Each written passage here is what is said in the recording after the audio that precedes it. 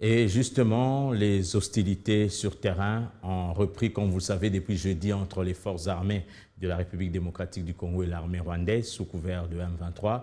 Les FARDC rassurent avoir le contrôle de la situation dans tous les fronts.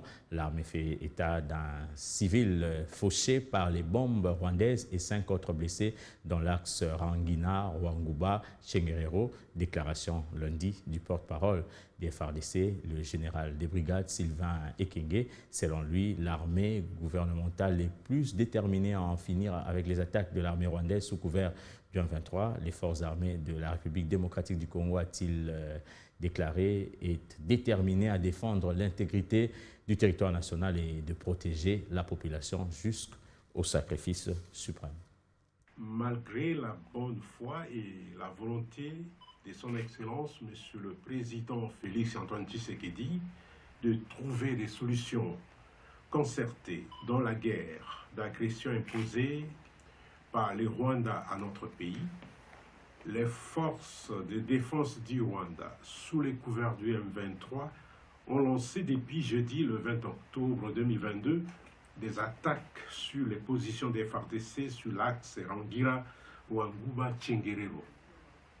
Après avoir essuyé des revers sur cet axe où elles croyaient s'emparer facilement de cet important tronçon routier en vue d'empêcher le ravitaillement des forces loyalistes, une autre offensive a été lancée sur l'axe Kamugenga, où les affrontements se poursuivent.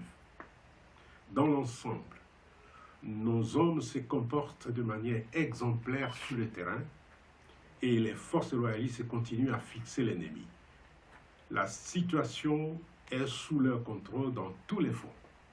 Ces attaques ont mis fin à la calmie qui s'observait dans le théâtre des opérations, provoqué des morts inutiles et entraîné la souffrance de nombreuses personnes déplacées qui fuient les combats.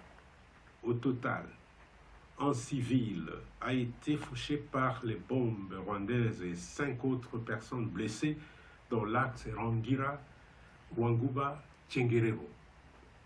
Dans l'axe Tamugenga, 3 civils ont été tués et 35 autres blessés, dont les enfants à Nyabiko. Les forces armées de la République démocratique du Congo rassurent la population de leur détermination de répondre avec vigueur à ces attaques, de défendre l'intégrité de notre territoire et de protéger la population jusqu'au sacrifice suprême.